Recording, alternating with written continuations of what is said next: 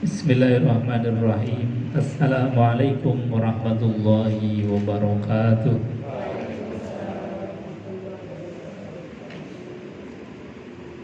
Bismillah. Innal hamdalillah nahmaduhu wa nasta'inuhu wa nastaghfiruh. Wa na'udzu billahi min syururi anfusina wa sayyiati a'malina. May yahdihillahu fala mudilla lahu wa may yudlil fala hadiya lahu. Rabbi israh li sadri wa yassir li amri wa hlul 'uqdatam min lisani yafqahu qawli. Qala Allah ta'ala fi kitabil karim wa huwa asdaqul qailin. A'udzu billahi samil alim minasyaitonir rajim. Bismillahirrahmanirrahim. Ya ayyuhalladzina amanu taqullaha haqqa tuqatih wa la tamutunna illa wa antum muslimun. Shadaqallahul azim. Wa sadaqa rasuluhul karim wa nahnu ala dzalika minasyahidin. Alhamdulillahirabbil alamin. Bapak Ibu hadirin jamaah yang dimuliakan Allah Subhanahu wa taala.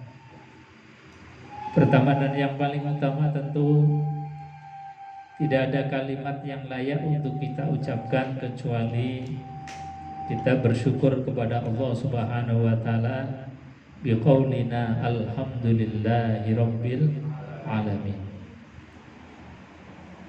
Karena dengan nikmat dari Allah Subhanahu wa taala kita bisa hadir, kita bisa berkumpul kembali bermuajahah untuk mengkaji ayat-ayatnya Allah Subhanahu wa taala. Mudah-mudahan apa yang kita ikhtiarkan, kita niatkan mendapatkan hal yang setimpal dari Allah, yaitu surganya Allah. Amin Allahumma amin. Bapak Ibu hadirin jamaah yang dimuliakan Allah, pada pertemuan Kamis kemarin masih membahas tentang tema besar dalam surat Al-Baqarah, yaitu kaum Bani Israel yang tidak henti-hentinya pada akhir-akhir ini menjadi berita yang besar, berita yang kemudian menjadi viral. Ini menjadi fokus kemanusiaan kita karena Palestina dalam keadaan terus-menerus diserang, dibombardir, bahkan tidak sedikit yang dibunuh. Karenanya di dalam Al-Qur'anul Karim ini memang sudah dinas oleh Allah Subhanahu wa taala bahwa inni faddaltukum 'alal 'alamin. Kami memberikan satu hal yang berbeda dari kaum-kaum yang lain, tapi justru menjadikan mereka ini tambah semakin sombong. Di antara kesombongan yang kemarin sudah disampaikan di dalam Al-Qur'an, qalu sami'na wa asaina wa usyribu fi qulubihimul ajla bi kufrihim. Ketika diperintahkan kepada mereka, diajarkan kepada mereka, mereka mengatakan qaulu sami'na, kami mendengarkan, tapi wa asaina, tapi juga kami tidak mengikuti, kami bermaksiat. Ini satu ungkapan kesombongan dari kaum Bani Israel yang sangat dibenci oleh Allah Subhanahu wa taala. Bahkan mereka mengatakan dengan gagah dan dengan kesombongannya bahwa andai kata kami dimasukkan ke dalam neraka pun paling yauman au ba'da yaum. Jadi paling sebentar saja. Karena apa? Kami ini, kata mereka, ini adalah makhluk pilihan Allah, pilihan Tuhan. Sehingga Tuhan ini sangat sayang kepada kami. Ketika kami misalnya berbuat salah, dimasukkan ke dalam neraka pun paling cuma sebentar. Ini satu kepedihan yang luar biasa. Makanya di dalam ayat yang ke-94 ini Allah perintahkan kepada Nabiullah Muhammad, qul in kanat lakumud darul akhiratu 'indallahi khalisatan min dunin nas fatamannawul mauta in kuntum shadiqin. Ini cara ngetes sekaligus membuli mereka. ngetes mereka yang dalam kepedean tadi, bahwa andai kata mereka berbuat salah pun pasti hanya cuman sebentar dimasukkan ke dalam neraka, paling ya sehari atau setengah hari. Maka Allah katakan, kul, katakanlah wahai Muhammad, in kanat lakumud darul akhiratu indallahi khalisatan min dunin nas. Jika akhirat itu lakum hanya untuk kalian, yaitu ad-darul akhirah, darul akhirah, itu maksudnya adalah negeri akhirat. Kalau memang itu khusus hanya untuk kalian, khalisatan min dunin nas, bukan untuk yang lain, bukan untuk kaum yang lain, maka cara Allah membuli, cara Allah mengetes mereka itu dengan logika yang sangat gampang. Fatamannawul mauta in kuntum shodiqin. Kalau memang negeri akhirat itu khusus untuk kalian, coba deh kamu mati saja supaya cepat mendapatkan kebahagiaan akhirat. Nyatanya mereka disuruh mati duluan juga tidak. Artinya mereka itu meskipun mereka mengatakan bahwa akhirat pasti adalah milik kami, andai kata di neraka pun paling ya sebentar, tapi diuji dengan ya sudah, kalau memang itu yang menjadi keyakinan kalian itu meyakini bahwa memang surga itu hanya milik kalian, sudah gini aja, fatamannawul mauta in kuntum shodiqin. Sekarang mati aja deh, nggak usah nunggu nanti. Nah, jadi kalau kemudian disuruh untuk menyegerakan mati, mereka pun nyata-nyata enggan untuk melakukan hal yang demikian. Artinya apa? Bahwa mereka itu sebetulnya hanya bersilat lidah. Jadi hanya mempermainkan kata-kata saja. Mereka dalam keyakinannya ketika diuji pun tidak akan mau. Beda dengan apa yang diyakini di dalam Islam. Islam mengatakan di dalam Al-Quranul Karim, ad-dunya mazra'atul akhirah. Jadi dunia ini adalah mazra'ah. Mazra'ah itu tempat menanamnya kita.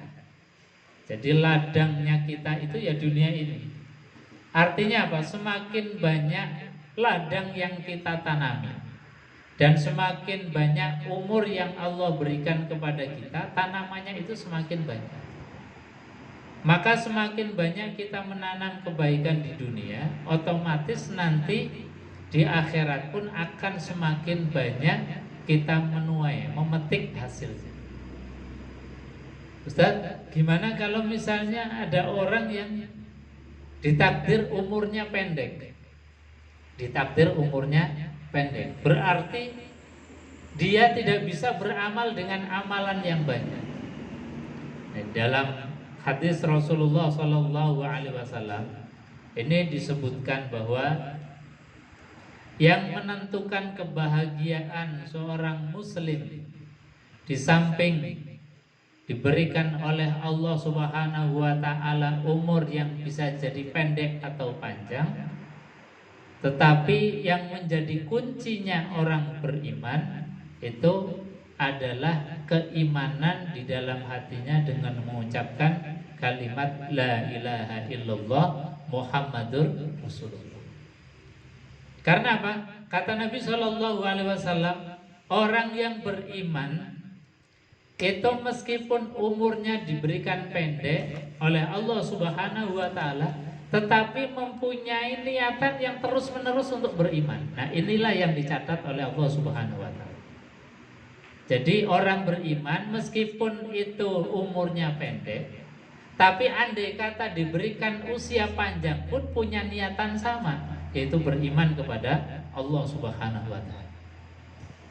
Ketika dia diberikan oleh Allah umur yang pendek, tapi umur yang pendek itu digunakan untuk sholat, digunakan untuk kebaikan, maka sama ketika diberikan usia panjang pun akan tetap melakukan sholat. Nah, ini maknanya.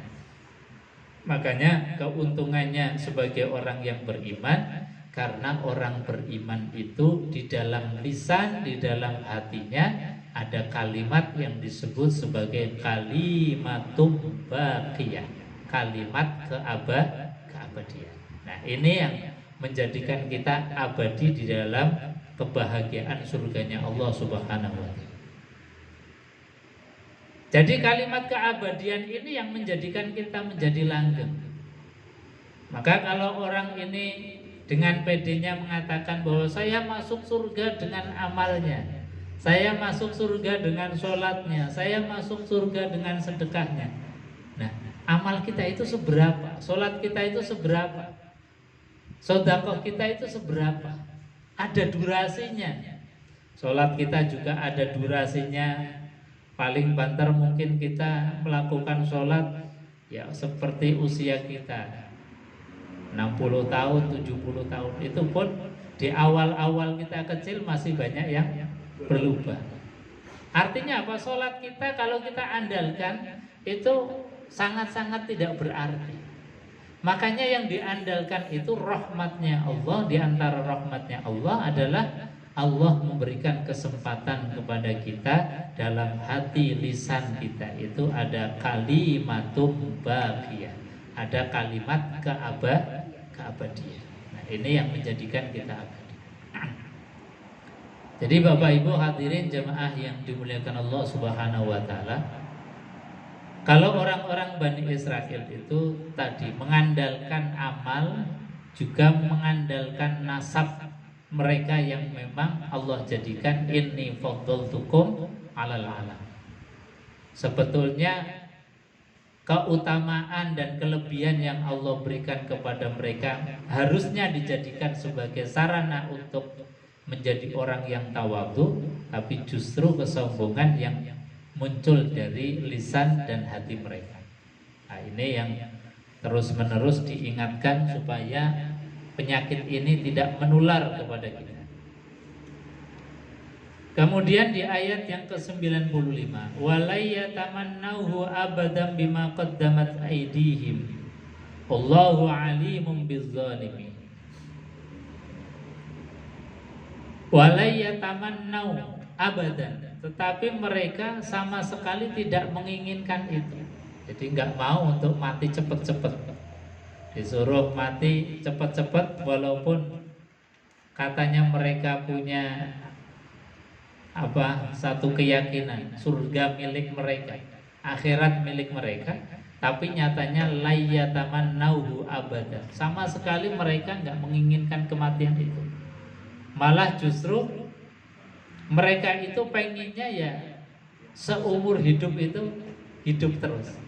Jadi pengennya hidup selama-lamanya.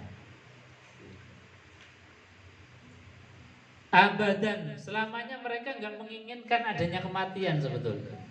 Makanya kita lihat bagaimana cara mereka di dalam ilmu medis. Itu kan luar biasa. Ilmu medis yang dilakukan oleh orang-orang Yahudi itu sampai-sampai seolah-olah menggambarkan bahwa memang ayat yang Allah sampaikan ini memang luar biasa. Wala yatamannauhu abada. Mereka sejatinya nggak mau mati.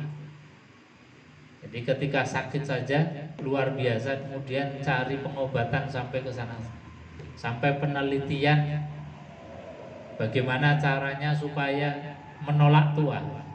Jadi tua pun ditolak. Jadi sudah mulai keriput, bagaimana supaya tidak keriput. Sudah mulai memutih rambutnya, bagaimana caranya supaya rambutnya tetap hitam. Sudah loyo pun tetap bagaimana caranya supaya tetap kuat. Ini luar biasa. Bahkan dalam penelitian mereka itu mereka sampai membuat satu cloning manusia. Cloning manusia agar kemudian mereka yang sudah mati bisa hidup kembali atau dengan model reinkarnasi. Ini saking menolaknya untuk mati. Jadi sampai sedemikian itulah gambarannya orang-orang yang diberi pemikiran lebih tapi kadang-kadang sampai kebablasan. Wala yatamannauhu abadan bima qaddamat aydihim. Tetapi mereka tidak akan menginginkan kematian itu sama sekali. Disebabkan bima qaddamat aydihim, dosa-dosa mereka. Wallahu a'limum bizzalimin. Dan Allah mengetahui bizzalimin, sebab-sebab kezaliman mereka. Wala tajidannahum ahrasan nasi ala haya wa minal ladzina asyraku. Kata Allah Subhanahu wa taala, wala tajidannahum, dan sungguh, ini Allah awali dengan kalimat taukid, kalimat penguat, itu adalah lam taukid. Wala tajidannahum, dan sungguh engkau Muhammad akan mendapati ahrosun nas, orang yang paling tamak, orang yang paling rakus. Jadi enggak rakus sama orang, ini rakus juga dengan umur, dengan usia. Jadi dengan usia saja rakus, enggak mau mati, apalagi sama orang lain, apalagi di luar komunitasnya. Maka mereka menganggap sangat remeh orang-orang di luar komunitas mereka. Karena apa? Mereka itu betul-betul ahroson nas, orang yang paling rakus. Ya, contoh yang paling konkret ketika mereka itu sudah diberikan suaka menempati satu wilayah di Palestina. Namanya suaka kan berarti pendatang. Pendatang itu kan berarti bukan pemilik. Dikasih tempat untuk sementara, malah grogoti tuan rumahnya, grogoti pemiliknya. Ini sangat-sangat jelas sekali apa yang digambarkan oleh Allah di dalam Al-Quran. Wala tajidannahum akhroson nas, bahwa Muhammad engkau akan mendapati, akan melihat akhroson nas, orang yang paling tamak, rakus, ala haya, dalam kehidupan ini. Bahkan di dalam ayat yang lain itu Allah menggambarkan, wala tajidanna asyaddan nas adawatan lil ladzina amanul yahuda wal ladzina asyraku. Kata Allah, la tajidanna, sungguh kalian akan menemukan. Karena ini kalimatnya taukid, sungguh benar-benar kalian akan menjumpai, kalian akan mendapatkan.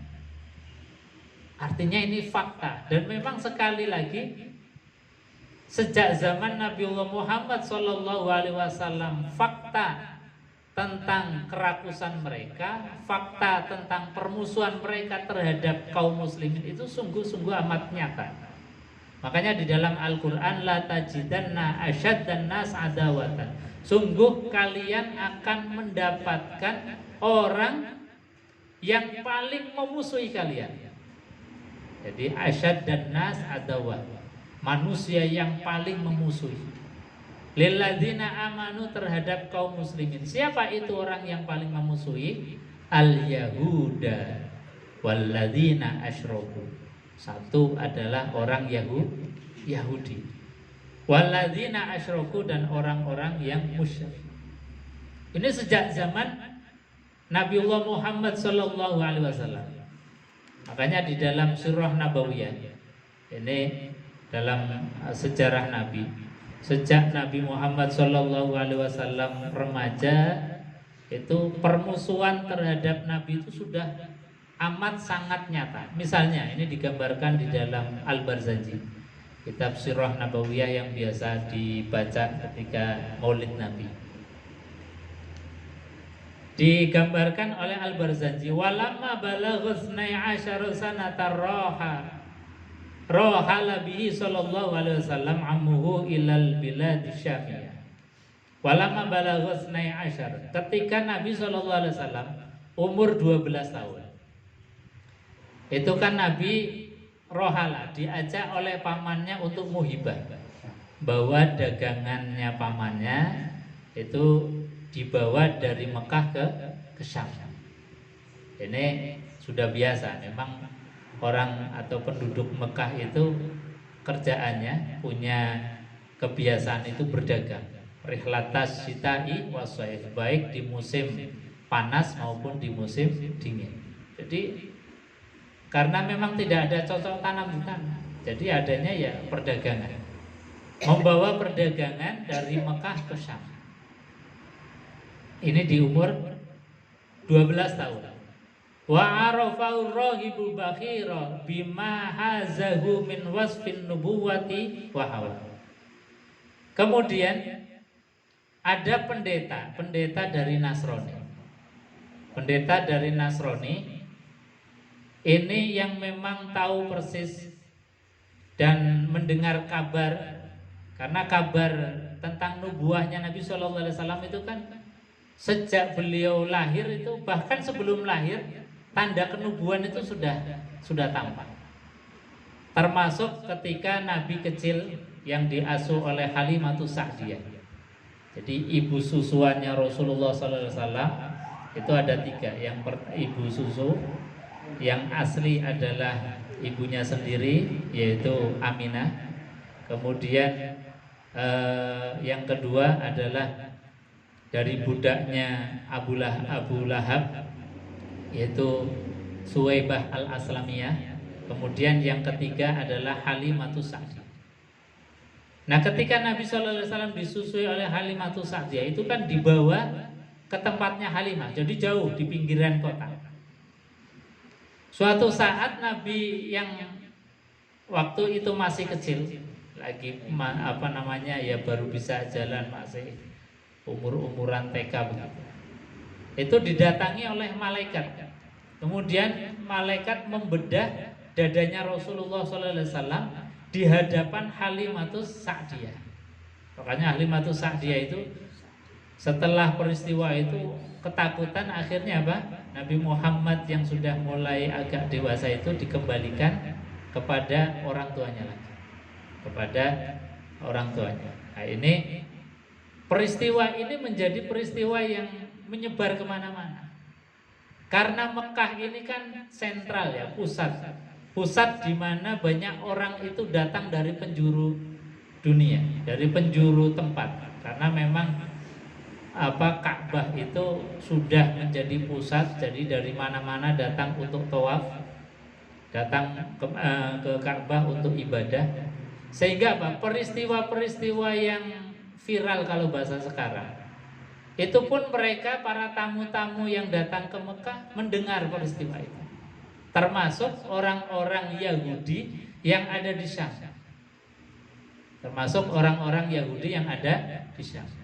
Makanya ketika Nabi SAW umur 12 mau pergi ke Syam, ini orang-orang Yahudi itu sudah siap-siap. Diceritakan di dalam tarikh yang lebih besar, kitab tarikh yang lebih besar, itu orang-orang Yahudi yang jumlahnya 12 ini itu sudah siap-siap untuk menjemput Rasulullah di tengah kota Syam untuk dibunuh. Karena apa? Kalau membunuh itu di pinggiran kota, ini nanti masih bahaya. Karena nanti orang-orang dari keluarga Rasulullah SAW atau dari orang-orang Quraisy nggak terima. Makanya mereka menjemputnya di tengah kota di Syam. Ini 12 orang dalam tarikh disebutkan sudah siap-siap. Makanya tadi di dalam Quran, la tajidanna asyaddan nas adawatan. Sungguh kalian itu nanti akan mendapatkan, menemukan, melihat sendiri orang yang paling memusuhi, yaitu siapa? Al-Yahuda, orang-orang Yahudi. Makanya kalau kita membaca surat Al-Fatihah, iyyaka na'budu wa iyyaka nasta'in ihdinas siratal mustaqim siratal ladzina an'amta 'alaihim ghairil maghdub. Siapa al-maghdub? Orang yang dibenci oleh Allah Subhanahu wa taala, wahwal Yahudi, yaitu orang Yahudi. Mereka itu bencinya luar biasa terhadap Islam, terhadap Rasulullah sallallahu alaihi wasallam. Kenapa benci? Biasanya orang benci itu kan masih ada hubungan kerabat, hubungan darah, hubungan saudara. Ini karena memang antara Yahudi dengan Rasulullah itu satu terahnya Nabiullah Ibrahim alaihissalatu wassalam. Jadi cirinya orang yang biasanya benci membenci itu biasanya ada satu hubungan kepentingan, apalagi sampai hubungan darah. Kalau dengan orang lain itu biasanya ya nggak terlalu lah, bencinya nggak terlalu. Orang yang biasanya benci sampai mendarah daging biasanya keluarga sendiri. Ini memang sudah jadi teori sosial dan nas di dalam Al-Quran. Makanya Yahudi itu disifati sebagai ad-dhalim, ghairil maghdub. Jadi bukan orang-orang yang dibenci. Sedangkan Nasrani itu disifati dengan ad-dhalim, orang-orang yang tersesat. Jadi lebih berat sebagai maghdub karena dibenci. Nah, ini orang Yahudi sudah mapak Muhammad remaja ini di Syam. Sementara orang Nasrani, termasuk tadi pendeta Bukhairah, yang tahu persis bahwa ini ada calon nabi yang mau datang dari Mekah mau ke Syam, dan mendengar bahwa orang-orang Yahudi sudah siap-siap. Makanya Bukhairah itu datang di perbatasan, nyegat Nabi SAW supaya tidak melanjutkan perjalanannya sampai Syam. Ini memang sengaja. Jadi Bukhairah tahu persis ini ada seorang anak calon Nabi, apalagi setelah beliau melihat sendiri, bertemu dengan Nabi, melihat tatap muka, ciri-ciri kenabian begitu sangat tampak. Bahkan ciri-ciri yang ada di sekitar di alam di mana Nabi SAW saat itu berada sangat tampak digambarkan bahwasanya qad sajadalahu syajaru wal hajaru wala yasjudani illa linabiyyin awwal. Ini direkam di dalam kitab tarikh. Qad sajada, sungguh-sungguh tunduk sujud lahu kepada Nabi Muhammad atau Muhammad remaja ini. Siapa yang tunduk dan sujud kepada Nabi Muhammad? Asyajaru wal hajaru, pohon-pohonan dan batu-batuan itu tunduk. Nah, tunduknya digambarkan di dalam kitab tarikh. Nabi SAW itu kalau misalnya lelah kemudian istirahat di bawah pohon. Itu ketika di bawah pohon dan Nabi sudah mulai mau kepanasan, itu pohonnya itu merunduk sendiri. Jadi yang pindah bukan nabinya, misalnya pindah arah yang sebaliknya, tetapi pohonnya itu merunduk sehingga apa? Nabi SAW tanpa pindah saja sudah ternaungi sehingga tidak kepanasan lagi. Ini yang dimaksud bahwasanya qad sajadalahu syajar wal hajar. Begitu juga batu. Yang dimaksud batu itu di sana kan batu-batuan luar biasa banyak sekali. Bukan batu-batu yang kecil, tetapi batu-batu yang besar yang biasa untuk istirahat para musafir. Jadi musafir kalau kepanasan kan nggak mampir ke hotel, nggak seperti sekarang, nggak mampir ke penginapan ataupun rumah makan. Yang ada saat itu ya tumpukan-tumpukan batu besar. Kalau mau istirahat ya cari batu besar. Batu besar pun sama. Ketika Nabi SAW istirahat dan mungkin panasnya sudah mulai bergeser dan Nabi sudah mau kepanasan, itu batu bergeser sendiri. Itu disaksikan langsung oleh Bukhairah. Makanya Bukhairah mengatakan bahwasanya wala yasjudani illa linabiyyin awwa. Tidak akan tunduk seperti sekarang ini kecuali pohon itu akan tunduk, batu itu akan tunduk kepada calon nabi atau calon rasul. Makanya Bukhairah itu tahu persis.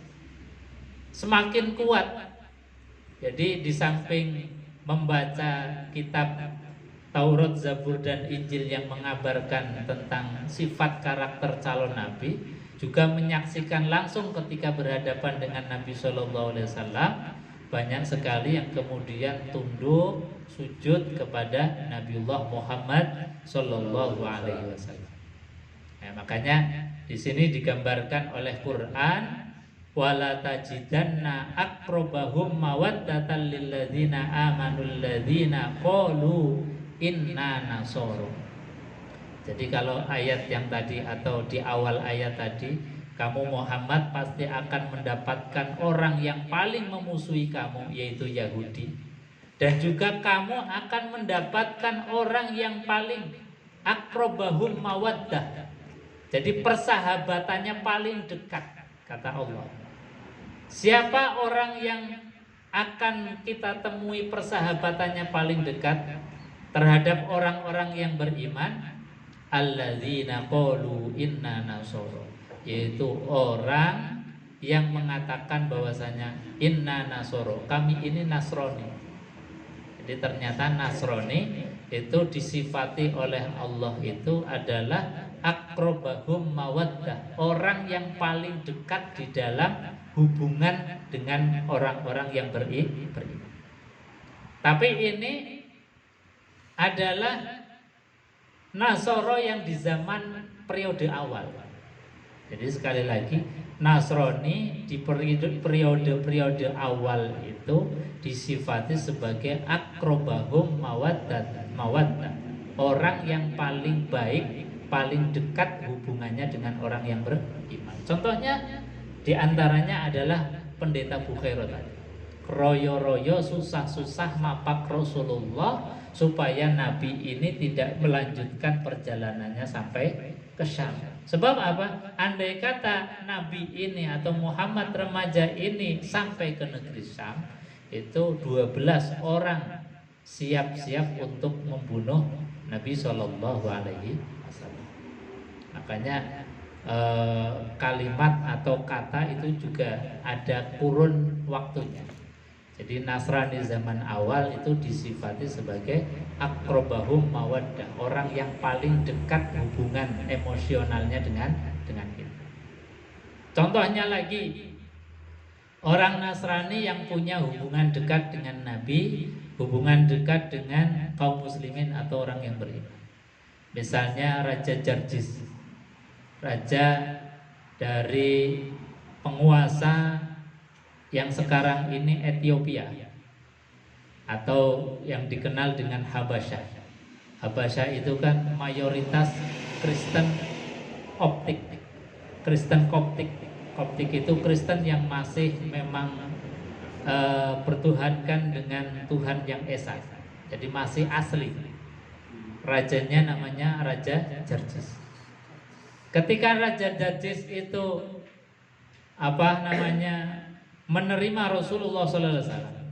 Jadi Nabi itu disuaka oleh Raja Kristen. Ketika Nabi SAW dikejar-kejar, diblokade oleh orang-orang kafir Quraisy, Nabi itu larinya ke Habasyah. Karena lari pertama ke Taif, yang meskipun di Taif itu sebetulnya masih saudara, jadi masih ada hubungan kerabat. Tetapi justru di Taif itu diusir, bahkan Nabi itu dilempari.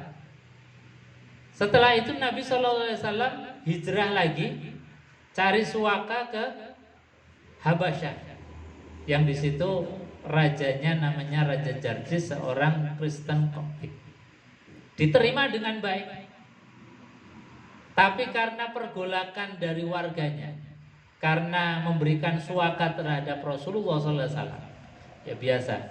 Misalnya kayak Indonesia memberikan suaka kepada orang Rohingya misalnya, itu kan juga geger deh. Jadi gegernya itu kemudian menjadikan Nabi SAW itu nggak nyaman, meskipun tetap dipertahankan oleh Raja Jarjis.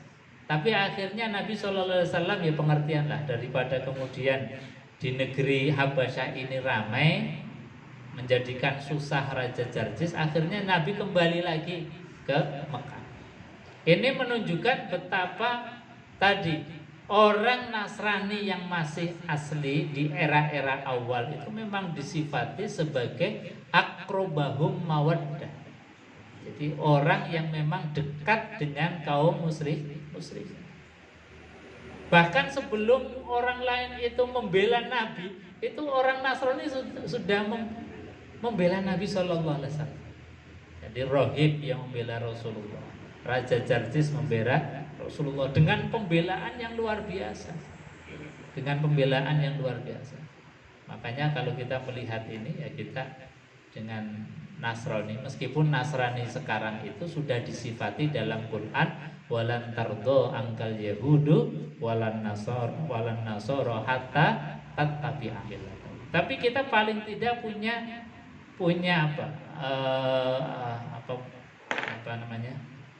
sejarah yang memang tidak bisa dilupakan, bahwa pernah ada Nabi ditolong oleh orang Nasrani.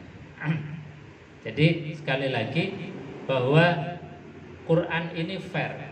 Ketika Nasrani itu membantu, ya disifati sebagai aqrabahum mawaddah. Ketika Yahudi itu betul-betul dari dulu sampai sekarang itu memusuhi Rasulullah SAW dan kaum muslimin, pun dikatakan asyad dan nas adalah orang yang paling memusuhi kita.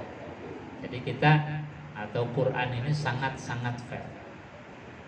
Jadi kembali lagi, Raja Jarjis termasuk raja yang menolong Rasulullah SAW.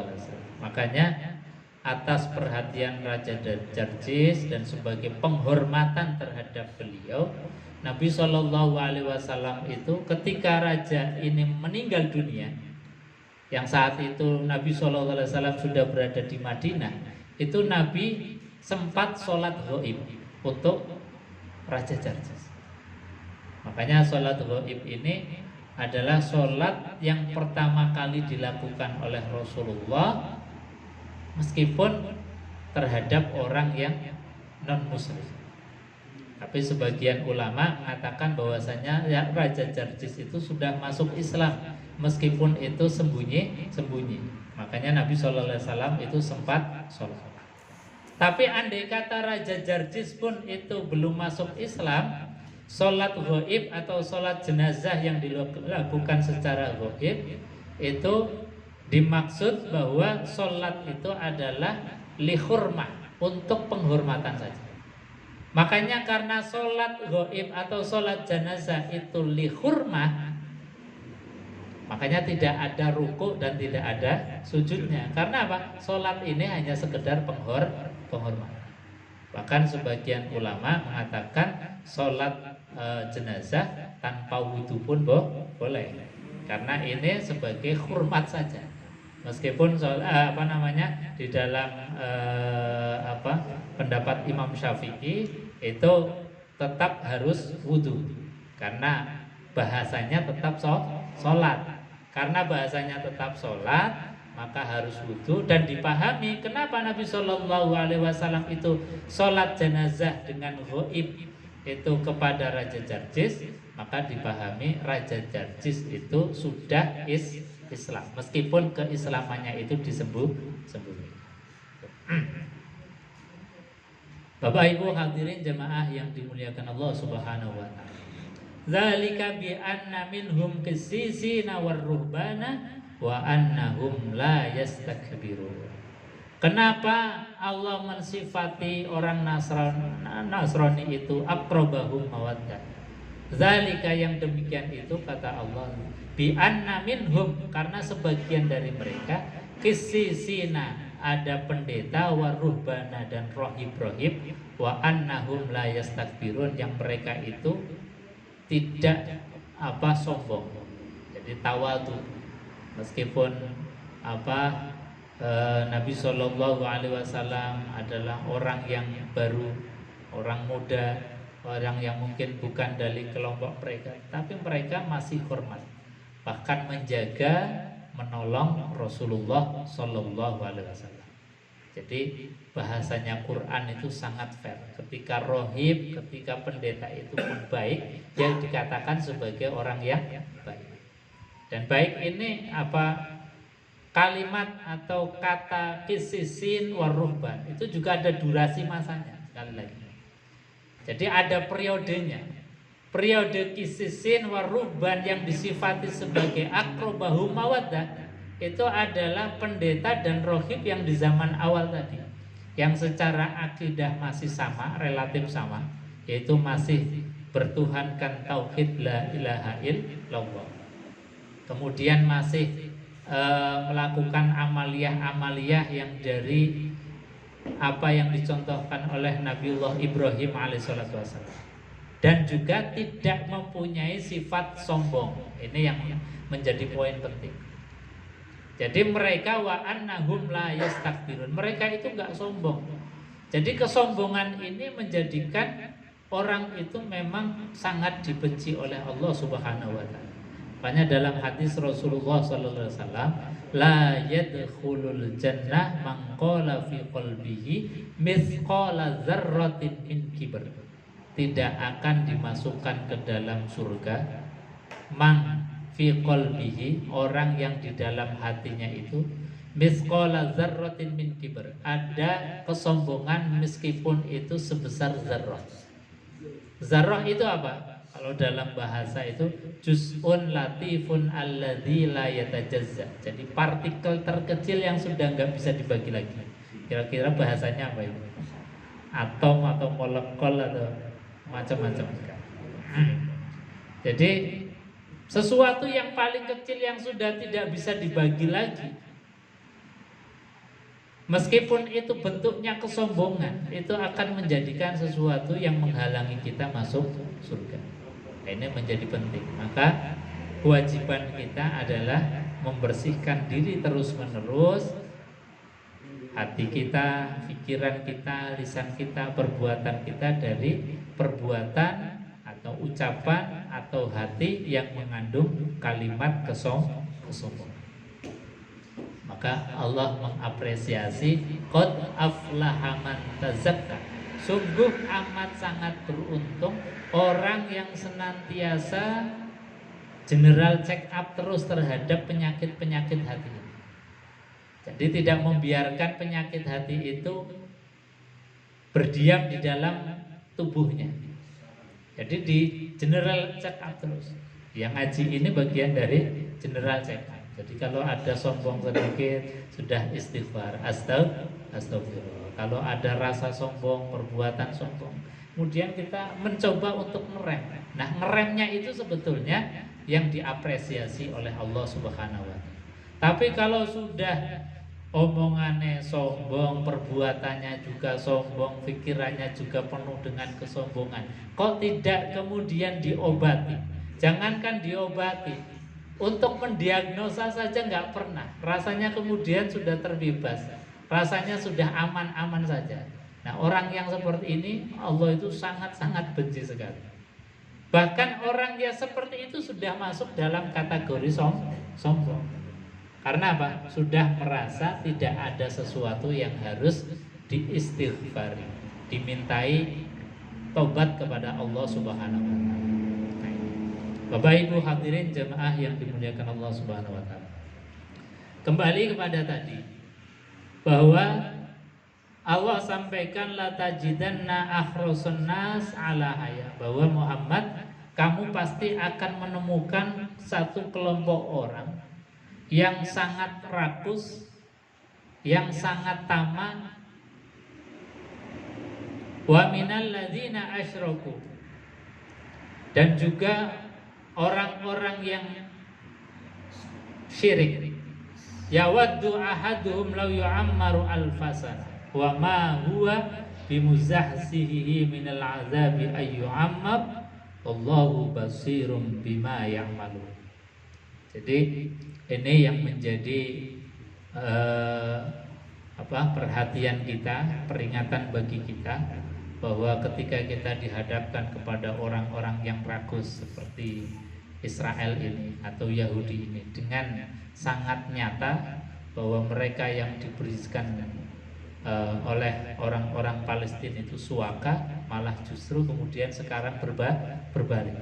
Yang diberi suaka malah sekarang menguasai. Ini bentuk kesombongan yang luar biasa, sudah tidak bisa ditolerir lagi. Makanya bagaimana caranya kita kaum muslimin yang mengaku diri sebagai saudara, al-muslimu akhul muslim, bahwasanya muslim adalah saudara bagi muslim yang lain, Maka caranya adalah bagaimana sebisa mungkin kita punya empati, sebisa mungkin kita punya andil di dalam pembebasan bangsa Palestina.